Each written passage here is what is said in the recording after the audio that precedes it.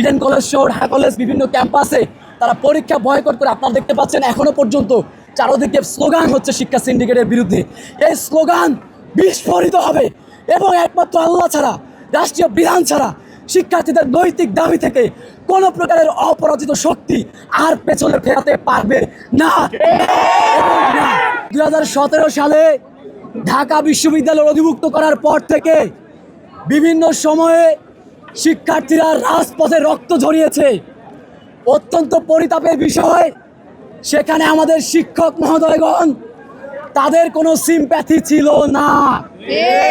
কখনোই শিক্ষার্থীদের পক্ষে গিয়ে তারা বৃহত্তর আন্দোলন কখনোই ডাক দেয়নি।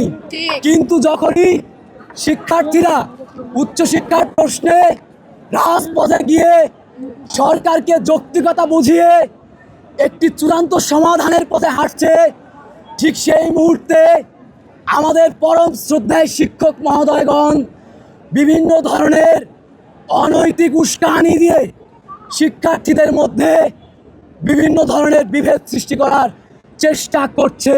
উচ্চশিক্ষা একটি আপেক্ষিক বিষয়, এখানে জ্ঞানের উৎপত্তি এবং বিকাশ শব্দটি সম্পৃক্ত থাকে। অত্যন্ত পরিতাপের বিষয়, যখন উচ্চশিক্ষার ক্লাসরুমে ঠিকমতো শিক্ষক মহোদয়গণ শিক্ষার্থীদের চাহিদা অনুযায়ী লেকচার প্রোভাইড করে না।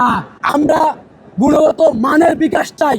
শুধুমাত্র ঢাকা শহরের প্রাণকেন্দ্র থেকে সার্টিফিকেট মার্কা একটি শিক্ষা জীবন নিয়ে আমাদের বিষণ্ণতা কাটছে না।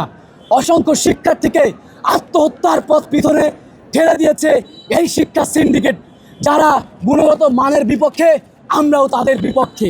আমরা মূল দাবি রাখছি, যেহেতু অধ্যাদেশ হয়ে গেলেই সামষ্টিক সমস্যাগুলো মিটে যায়, সেক্ষেত্রে আগামী সোমবারের মধ্যে অবশ্যই শিক্ষা মন্ত্রণালয় কর্তৃক সুস্পষ্ট রোডম্যাপ অধ্যাদেশের সকলের সামনে পরিষ্কার করতে হবে।